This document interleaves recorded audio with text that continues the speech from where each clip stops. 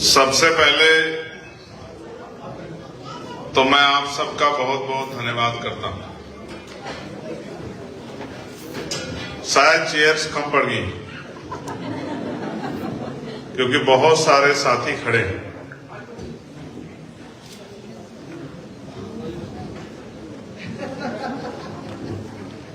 जितनी अपेक्षा हमारे कार्यक्रम के आयोजक साथियों ने की थी, शायद उनकी अपेक्षा से ज्यादा लोग आ गए, इसलिए बहुत सारे लोगों को खड़े होना पड़ रहा है। सबसे पहले तो मैं आप सभी को विश्व रत्न डॉक्टर बाबा साहब अम्बेडकर की 134वीं जयंती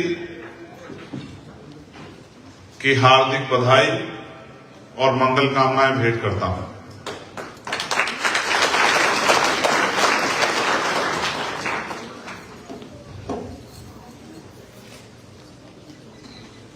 मैं उन सभी संगठनों का भी धन्यवाद देता हूं जिन्होंने इस कार्यक्रम में बढ़ चढ़कर हिस्सा लिया है। AKSC, IBC, IBO, Bhim international, AIC और IAMC के सभी साथियों का मैं बहुत बहुत धन्यवाद करता हूं।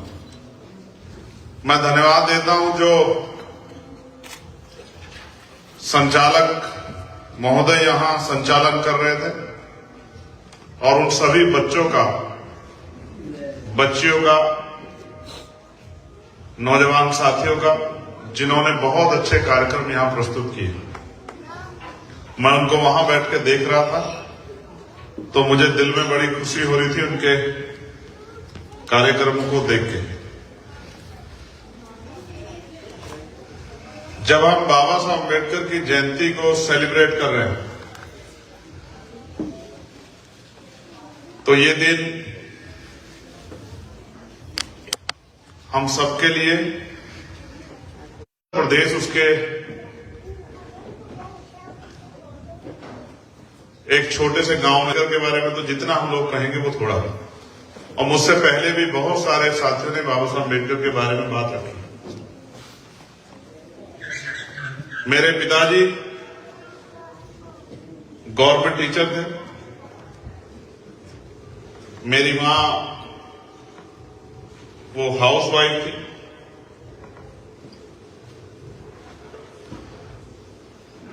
जिनकी बर्थ एनिवर्सरी हम लोग सेलिब्रेट कर रहे हैं, अगर यंग जनरेशन उनको पढ़े, जानने का प्रयास करे तो शायद आपको लगेगा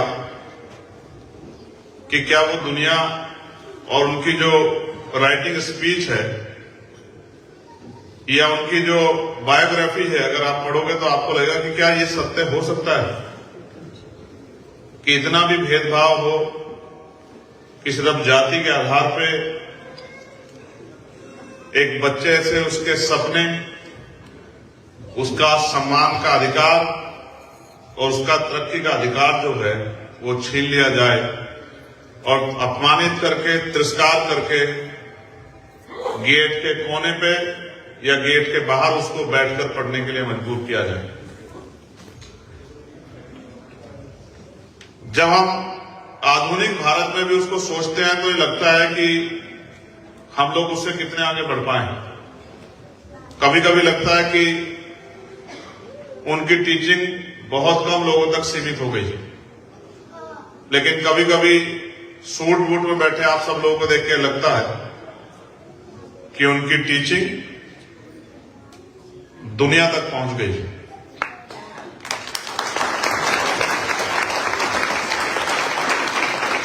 उनके योगदान को शब्दों में बयान नहीं किया जा सकता है। मैंने अपने शुरुआती दिनों में उन परेशानियों को झेला है जिनको हम बाबा साहब अम्बेडकर के जीवन में पढ़ते हैं, चाहे वो जाति के आधार पर भेदभाव हो या फिर वो आर्थिक रूप से कमजोर होने का दर्द, क्योंकि गरीबी भी खुद में एक अपराध। बहुत सारे सपने इसी वजह से पूरे नहीं हो पाए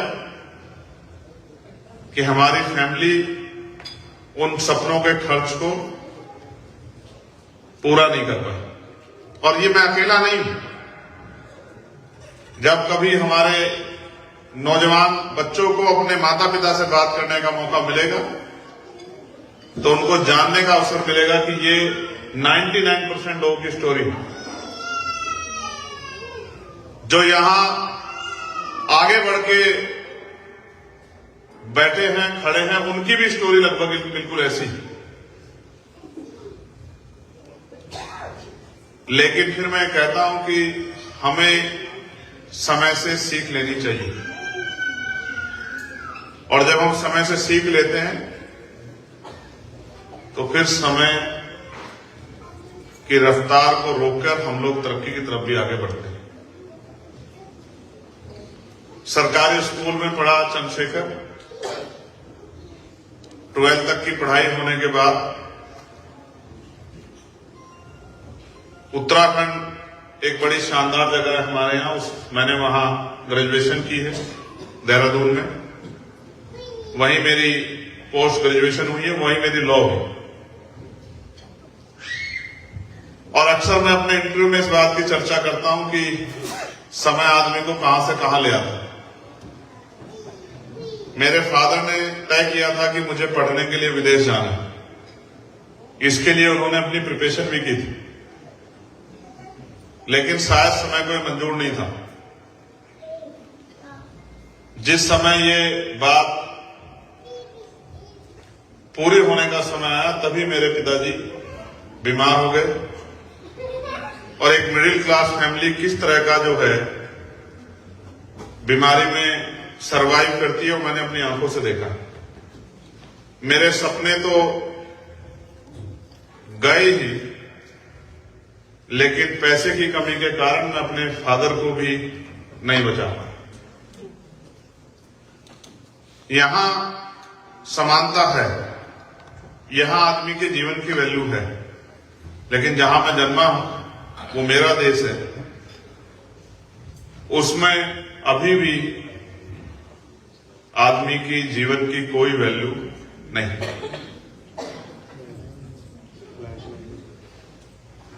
जिस दिन मेरे पिताजी मुझे छोड़ के गए, उसी दिन मैंने तय किया कि हम कोशिश करेंगे कि दोबारा किसी की जान ऐसे ना जाए।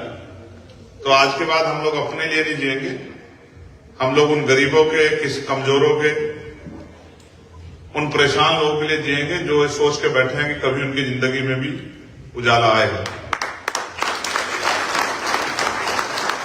ये दिन था 12 जनवरी 2013 और आज हम लोग हैं यहां के अकॉर्डिंग 12 अप्रैल 2025। लगभग 13 साल हो गए। इस 13 साल में बहुत कुछ बदला।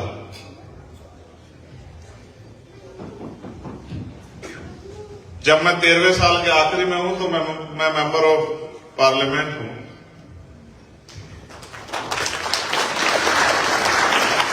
लेकिन जब मैं इन 13 साल की जर्नी के फर्स्ट दिन में था तो मेरा हाथ पकड़ने वाला मेरे आसपास कोई नहीं। एक तरफ मेरे ऊपर मेरे परिवार की जिम्मेदारी भी मेरे ऊपर थी, और दूसरी तरफ जो जिम्मेदारी मैंने मन से एक्सेप्ट की वो भी मेरे ऊपर थी। फिर 2014 में हमने वहां एक सामाजिक संगठन बनाया जिसका नाम है भीम आर्मी भारत एकता मिशन। उसके जरिए हमने हजारों की संख्या में पाठशाला खोल के गरीब बच्चों को पढ़ाने का काम शुरू किया। उसका इतना असर था कि उस एक मूवमेंट ने बड़ी बड़ी सरकारों को हिला दिया, क्योंकि एजुकेशन, डॉक्टर बाबा साहब अम्बेडकर हमें बता गए कि वो हमारा वेपन है, वो एक ऐसा हथियार है जो सारी बेड़ियों को तोड़ देता है। यहां बहुत सारे साथी हैं जो एजुकेशन की बदौलत यहां आए हैं और यहां के मान सम्मान का जीवन प्राप्त कर रहे हैं। अपने जीवन से वो एक बार एजुकेशन को माइनस करके देखें तो उनको एहसास होगा कि वो कहां है। उन पाठशालाओं के असर ने, जैसा मैंने कहा, बड़ी बड़ी सरकारों को हिला के रख दिया और उन पाठशालाओं को चलाने की कीमत मुझे 16 महीने जेल में रहकर बितानी पड़ी। मुझे झूठे आरोपों में जेल भेज दिया गया और मैं लगभग 16 महीने जेल में रहा। सुनने में ये महीने लगते हैं, लेकिन ये जब दिनों में हम काउंट करते हैं और जब आप जेल में होते हैं तो वो घंटों में भी दिनों जैसे लगते हैं। जहां भारत में ब्रिटिश हुकूमत में कैदियों को, और कैदियों में उन कैदियों को जिनको फांसी लगती थी, उनको रखा जाता था उस छोटे से एरिया में 10 बाई 6, 10 फीट लंबा और 6 फीट चौड़ा। उस 10 बाई 6 की काल कोठरी में मैंने 16 महीने बिताए। पहले 29 डेज मैं इस परेशानी में था कि मैं इस लड़ाई को लड़ूं या सिर्फ अपने बारे में सोचूं या इस लड़ाई को लड़ूं। 30वें दिन मैंने तय किया,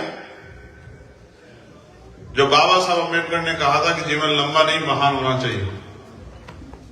30वें दिन मैंने तय किया कि अब इस लड़ाई को लड़ा जाएगा और सामने कोई कितना भी ताकतवर क्यों ना, उसका मुकाबला किया जाए।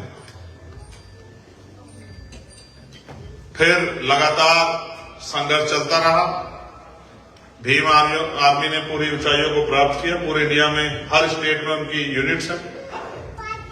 जब किसी गरीब पे अन्याय अत्याचार होता है, वो किसी जाति धर्म का हो, तो पुलिस से पहले वो लोग भीम आर्मी को याद करते हैं।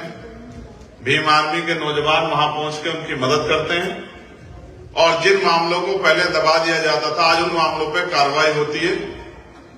भीम आर्मी ने खुद को ताकत बना के साबित किया है। फिर एक और आंदोलन हुआ दिल्ली में, जिसकी गूंज विदेशों तक गई। जब सतगुरु रविदास जी महाराज का एक गुरु घर तोड़ दिया गया, उसमें भी हम लोग 96 लोग लगभग 2.5 महीने जेल में रहे।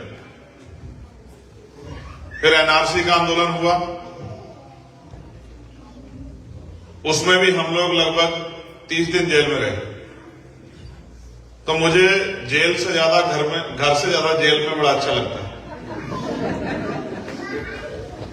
जेल का खाना खाना, जेल का जीवन जीना। जेल आपको आपसे अवगत कराती है।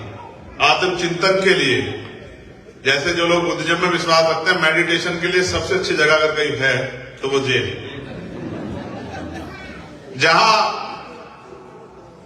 आपका अपने ऊपर कोई जोर नहीं होता, जहां आप दूसरे से रेगुलेट होते हैं।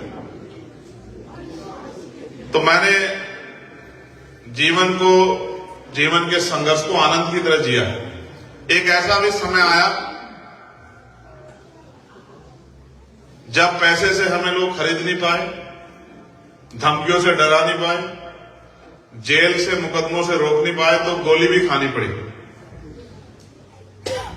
मेरे ऊपर 4 गोली चली, एक गोली मुझे लगी भी, लेकिन फिर भी मैं जिंदा हूं।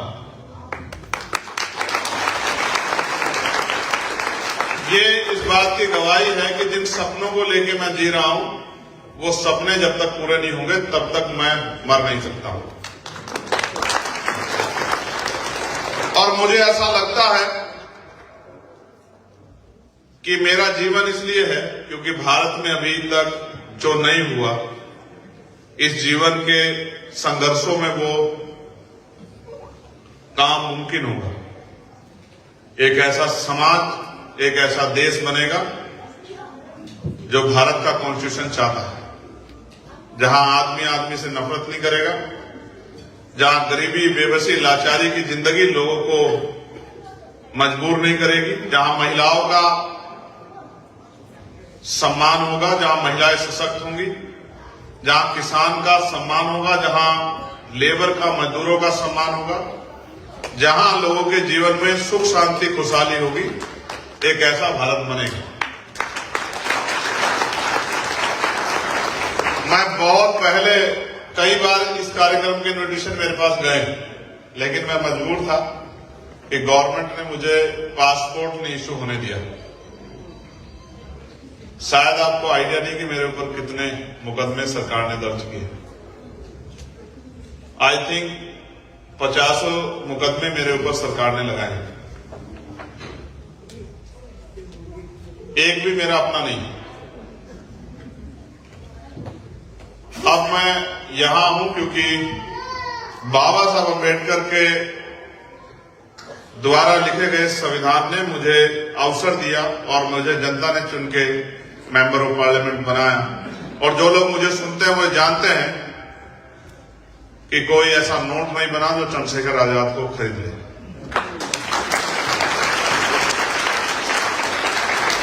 कोई कम्युनिटी ऐसी नहीं है, चाहे वो माइनॉरिटी हो या मेजोरिटी हो, जिसके ऊपर जुल्म होता है या कोई उनका कोई विषय आता है जिसको मैं नहीं उठाता। मैं आपको ऑन रिकॉर्ड ये कह रहा हूं कि जिस दिन पार्लियामेंट का इस सत्र का रिकॉर्ड आएगा तो शायद मुझसे ज्यादा किसी ने आवाज ना उठाई। जब मैं गया था पार्लियामेंट में, लोग मुझे कहते थे कि अकेला चंद्रशेखर क्या करेगा, तो मैंने उनसे कहा था कि जब एक अम्बेडकराइट मेंबर ऑफ पार्लियामेंट बनेगा तो पूरी दुनिया को पता चलेगा कि अम्बेडकराइट की पावर क्या है। मैं बाबा साहब के शुरुआती दिनों जब उनको कास्ट बेस्ड डिस्क्रिमिनेशन झेलना पड़ा, उस तरह का जीवन किसी को झेलना ना पड़े, बस मैं यही बात कहूंगा। उन्होंने कितने ही समय इन फैसलों से खुद को मजबूत बनाया होगा। जब हम अपने जीवन में उन फैसलों को देखते हैं तो हमें एहसास होता है। उन्होंने लड़ाई से हार नहीं मानी, उन्होंने परेशानियों का सामना किया और संकल्प लिया कि मैं इस गुलामी की बेड़ियों को परमानेंट के लिए काट दूं। और मुझे कहने में बड़ा गर्व है कि उन्होंने अपना काम बहुत ईमानदारी से किया। अच्छा यह है कि अभी हम लोग आजाद भारत में हैं, लेकिन और अच्छा तब होगा जब भारत का हर एक व्यक्ति आजादी को अच्छी तरह जिएगा। आजादी सिर्फ सांस लेना नहीं है, आजादी सिर्फ सांस लेना नहीं है, आजादी सिर्फ रोटी खाना नहीं है। आजादी का मतलब है कि व्यक्ति को अपने अधिकारों के साथ जीने का अवसर मिले, आगे बढ़ने का अवसर मिले, तरक्की करने का अवसर मिले और देश को आगे बढ़ाने में वो अपना योगदान कर सके। जब हम बाबा साहब को याद कर रहे हैं तो उनके विचारों के साथ आगे बढ़े बगैर हम उनको याद नहीं कर सकते। समय समय पे उन्होंने आंदोलन करके, आंदोलन के जरिए संदेश देके हमें जागरूक किया। उनके आंदोलन मेरे जैसे करोड़ों भारतीयों को, और सिर्फ भारतीयों को नहीं, दुनिया में बहिष्कृत हुए, अपमान सहने वाले करोड़ों लोगों को प्रेरणा देते हैं। आज जब हम उनकी जयंती को सेलिब्रेट कर रहे हैं और मुझे यहां आना पड़ा, इंडिया में भी उनके जयंती समारोह बड़े धूमधाम से मनाए जा रहे हैं, लेकिन मुझे यहां कहने में और आपको बताने में कोई संकोच नहीं है कि बहुत बड़े पैमाने पे उनकी जयंती के कार्यक्रम की परमिशन नहीं दी जा रही। यानी कि कॉन्स्टिट्यूशन ऑफ इंडिया के आर्टिकल 25, 26 के उपयोग से भी वहां के बहुत बड़े आबादी को रोका जा रहा है। यहां मेरी बहुत सारी बहनें बैठी हैं। शायद आप में से सबको नहीं पता होगा कि दुनिया में महिलाओं की तरक्की के रास्ते बहुत सारे हैं, लेकिन भारत में अगर महिलाओं की तरक्की सुनिश्चित हुई है तो वो डॉक्टर बाबा साहब अम्बेडकर के संविधान की वजह से हुई है। आपको जान के शायद विश्वास ना हो, लेकिन दुनिया में नहीं होता होगा, लेकिन हमारे यहां सती प्रथा जैसा एक कलंक भी था, जहां पति की डेथ के साथ साथ पत्नी को भी जलाया जाता था। आप महसूस करके देखो, यहां हमारी बहनें बैठी हैं, एक उंगली को जरा सा जला के देखो, आपको पीड़ा का एहसास होगा। एक उंगली के जलने से इतना दर्द होगा, वहां तो जिंदी महिलाओं को जलाया जाता था।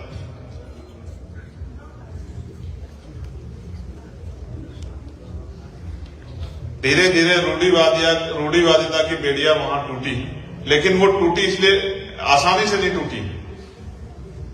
दुनिया में जिस पे मुसीबत पड़ती है वो अपनी आवाज उठाता है, लेकिन भारत में महिलाएं अपनी आवाज नहीं उठा पाई, इसलिए लंबे समय तक उनको अन्याय सहना पड़ा। मुझे ये भी कहने में कोई परहेज नहीं है कि भारत में महिलाओं को पढ़ने का भी अधिकार नहीं था। अगर उनको पढ़ने का अधिकार मिला है, उसके लिए राष्ट्रपिता ज्योतिबा फूले, मां सावित्रीबाई फूले, छत्रपति साहू जी महाराज और उनको पूर्ण आजादी देने का काम डॉक्टर बाबा साहब अम्बेडकर के संविधान ने किया है। आज अगर भारत में महिलाएं डॉक्टर, इंजीनियर, लॉयर, जज, पायलट, पंजाबी में कहते हैं सरपंच, है जी, सरपंच, वो एमएलए की कहने तो की कहने एमएलए कहने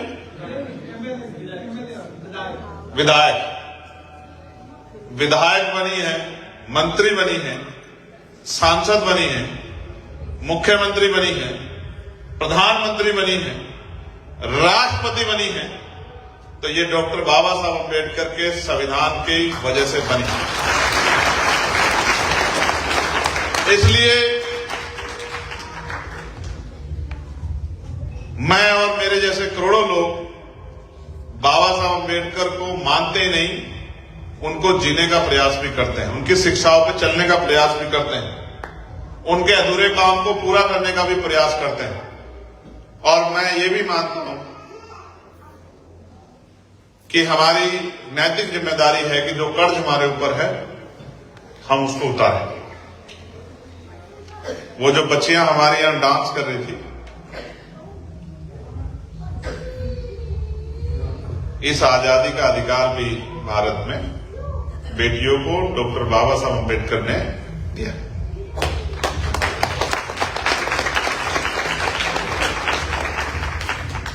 अब तो देश बदला सा, कुछ और बदलाव की जरूरत है, उसके लिए हम लोग काम कर रहे हैं। मैं जो यंग जनरेशन है और उनके माता पिता को ये जरूर कहूंगा कि वो बच्चों को भेदभाव करना ना सिखाएं, लेकिन ये जरूर सिखाएं कि हमारे महापुरुषों का हमारे जीवन के बदलाव में कितना बड़ा योगदान है। क्योंकि अगर आप लोग नहीं बताओगे और नई जनरेशन को नहीं पता लगेगा तो उनको यही नहीं समझ आएगा कि जिस शख्स की हम तस्वीर को लगाकर और यहां जिनके बारे में बात कर रहे हैं उनका हमारे जीवन में क्या योगदान है। शायद आज आपके बच्चों को लगता होगा कि जिंदगी इतनी आसान है, जबकि ये सत्य नहीं। इस जिंदगी को आसान बनाने के लिए बहुत सारे प्रयास हुए, तब जाके जिंदगी आसान बनी। तो मेरी ये रिक्वेस्ट है कि हमें अपने परिवार को उन महापुरुषों के बारे में जरूर बताना चाहिए जिन महापुरुषों के योगदान की वजह से आज हम लोग यहां तक पहुंचे हैं और भविष्य में हमारी आने वाली जनरेशन उससे भी आगे बढ़ेगी। बाबा साहब का योगदान भारत की इकोनॉमी में है, क्योंकि उनके ही रास्ते पे चल के आरबीआई की स्थापना हुई। बाबा साहब का योगदान भारत में सिंचाई के लिए जो बांध बने हैं उसमें भी है। बाबा साहब का योगदान पत्रकारिता के क्षेत्र में भी है। बाबा साहब का योगदान विधि के क्षेत्र में भी है। शायद ही कोई ऐसा क्षेत्र हो, चाहे वो एजुकेशन हो या कोई और सेक्टर हो, जिसमें बाबा साहब अम्बेडकर का योगदान नहीं। वो एक ऐसी शख्सियत थे कि उनके समर्थक ही नहीं, उनके विरोधी भी उनका सम्मान करते हैं। और आज तो हालात ये हैं कि भारतीय राजनीति में चाहे वो मन से बाबा साहब को माने या ना माने, चाहे वो मन से बाबा साहब की शिक्षाओं पे चले या ना चले, लेकिन अगर आज भारत में कोई भी राजनीति करना चाहता है तो वो बिना बाबा साहब अम्बेडकर की तस्वीर के राजनीति नहीं कर सकता। ये तब है जब वो इस दुनिया में नहीं।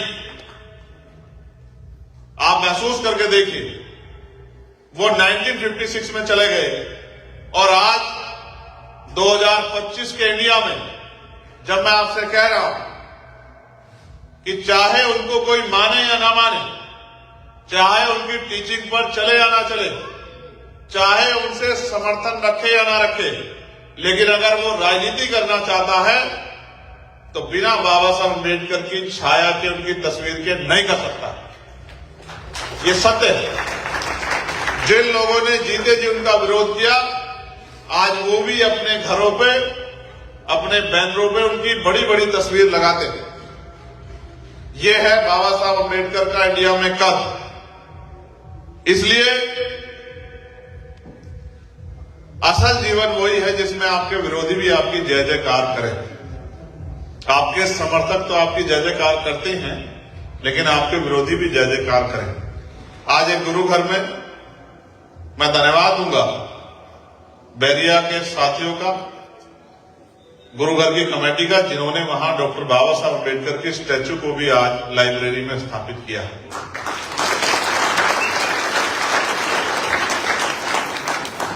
बाबा साहब से हमें सीखना चाहिए कि हार नहीं माननी। बाबा साहब से हमें सीखना चाहिए कि परेशानियों का सामना करना है, और बाबा साहब से हमें सीखना चाहिए कि किस तरह से तय किए गए अपने काम को पूरा करना है। मैं आज आपको, जब मैं यहां बैरिया में खड़ा हूं और इस प्रोग्राम में चीफ गेस्ट की भूमिका में हूं, मैं बस आपको ये बताने के लिए यहां हूं कि बहुत काम वहां बाकी है। आप लोग नजर बना के रखिए और देखिए किस तरह से बाबा साहब अम्बेडकर के सिपाही भारत को भी उसी दिशा की तरफ लेकर चलेंगे जिस दिशा की तरफ या जिस जीवन को आज आप लोग जी रहे। आने वाले समय में हम लोग अपनी मेहनत से इस तरह के परिवर्तन पॉलिटिकल पावर हासिल करके करेंगे कि जब कभी आप इंडिया आया करोगे तो आपको वहां पहुंचने पे गर्व महसूस हुआ करेगा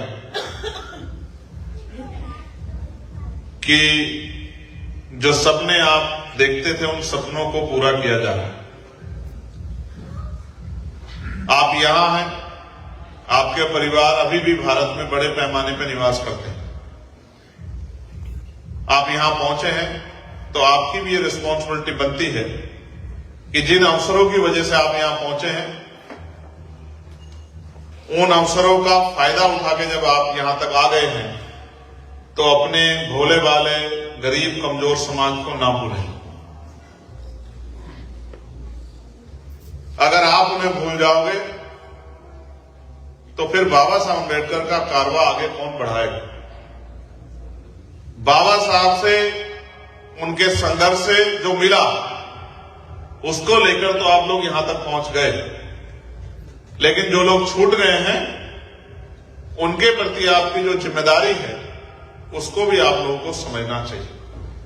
और हमें निरंतर ये कोशिश करनी चाहिए कि जिस तरह से भी जो छूटे हुए लोग हैं उनको गाइड करके, उनको मदद करके, उनको तैयार करके, उनको भी मुख्य धारा में ला सकें, तो इस प्रयास को भी हमें करना चाहिए। आज अगर किसी पे जुल्म होता, किसी को परेशानी होती है, तो वो बाबा साहब के संविधान की तरफ देखता है और वो प्रार्थना करता है कि ये संविधान सुरक्षित रहेगा तो हमारी सुरक्षा होती रहेगी। ये अवसर बने रहें, हमारा देश तरक्की करे, हम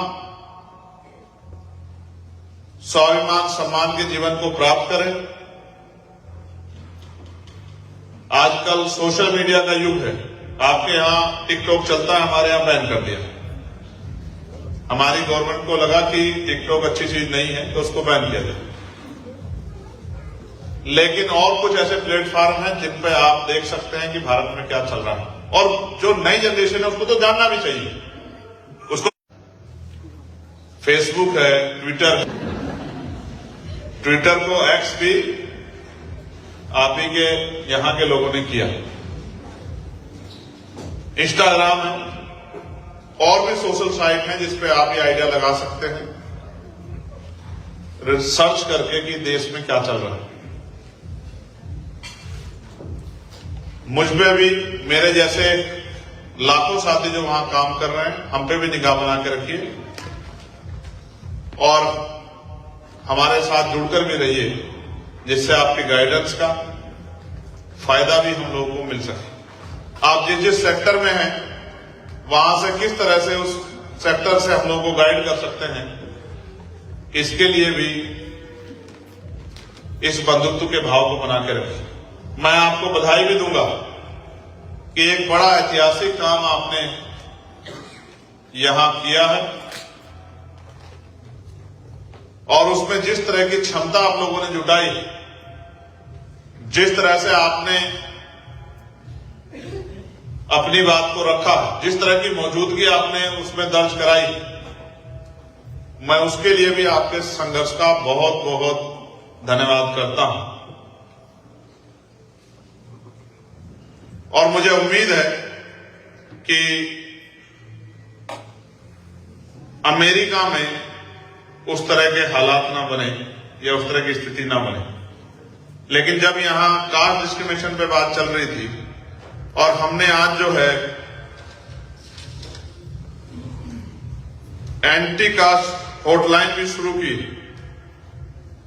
तो मैं यहां ये भी कहना चाहता हूं कि जब तक सरनेम रहेगा और जहां जहां सरनेम रहेगा वहां वहां कास्ट बेस्ड डिस्क्रिमिनेशन भी रहेगा, क्योंकि ये दुनिया में सिर्फ भारत में ही है जहां पैदा होते ही आदमी ऊंचा हो जाता है और पैदा होते ही आदमी नीचा हो जाता है। ये हमारी ही देश के व्यवस्था बनाने वाले लोगों ने बनाया, जिनको लगता है कि पशु पक्षी इंसान से ज्यादा बेहतर होते हैं। तो मैं आज यहां से उन पर कुछ नहीं कहना चाहता, उनसे मैं वहीं जाके निपटूंगा। ये मेरा काम, जो भी गैर बराबरी करेगा शेड्यूल कास्ट के साथ, शेड्यूल ट्राइब के साथ, मुस्लिम के साथ, जैन के साथ, सिख के साथ, किसान के साथ, नौजवान के साथ, महिलाओं के साथ, लेबर के साथ आने वाले कुछ दिनों में ऐसी गैर बराबरी करने वाले, ऐसे अन्याय करने वाले लोगों का सामना हम और हमारी टीम बहुत मुखरता से करने वाले हैं। मैं पुनः मुझे यहां बुलाने के लिए आपका धन्यवाद करता हूं और अपनी बात को समाप्त करते हुए चंद बातें संतों गुरुओं के बारे में कहकर अपनी बात को समाप्त करूंगा। शायद हमारी नौजवान पीढ़ी नहीं जानती है कि बाबा साहब अम्बेडकर को सहयोग करने में भी संतों का बहुत बड़ा योगदान है। जब गोलमेज कॉन्फ्रेंस में इंडिया से और भी नेता आके ये कह रहे थे कि हम शेड्यूल कास्ट के रिप्रेजेंटेटिव हैं, तो उस समय स्वामी अच्युतानंद और उनके साथियों ने हजारों की संख्या में लेटर्स भेजकर डॉक्टर अंबेडकर को अपना नेता माना था, जिसकी वजह से डॉक्टर बाबा साहब अंबेडकर जो है गोलमेज कॉन्फ्रेंस में हमारे अधिकारों के लिए लड़ पाए। तो मैं संतों की भूमिका को भी बहुत महत्वपूर्ण मानता हूं और आपको मेरी संदेश के तौर पे ये कहना चाहता हूं कि आप सोशल इवेंट का हिस्सा जरूर बने। इससे आपको बहुत कम समय में बहुत कुछ जानने का मौका मिलेगा, लेकिन इसके साथ साथ बहुत सारी समस्याएं, जिस तरह से डिप्रेशन और भी प्रॉब्लम जो है उनका भी समाधान होगा। क्योंकि जब हम साथ बैठते हैं, जब हम साथ जुड़ते हैं, तो अच्छे दोस्त मिलते हैं, अच्छे सहयोगी मिलते हैं। कभी कभी ऐसा कोई आदमी टकरा जाता है जो आपके बहुत काम आता है। तो हमें जब सोशल कोई भी कार्यक्रम हो उसका हिस्सा भी बनना चाहिए। आज आपने कुर्सियों की संख्या बढ़ाकर, यानी कि जितनी कुर्सियां थी उससे ज्यादा लोगों को यहां पहुंचाकर आपने जिस तरह से मुझे सम्मान दिया, मैं उसके लिए आपका बहुत बहुत आभारी हूं और मैं इस प्यार सम्मान को जीवन भर नहीं भूलूंगा। मैं आपका आभार प्रकट करता हूं और आप सबके लिए मंगल कामनाएं करता हूं कि महापुरुषों का आशीर्वाद ऐसे ही आपके ऊपर बना रहे और समय समय पे आप भी महापुरुषों के रास्ते पर चलकर अपनी जिम्मेदारियों को पूरा करें। बहुत बहुत धन्यवाद। जय भीम, जय भारत, जय संविधान, नमस्कार, आदाब, सत श्री अकाल। धन्यवाद।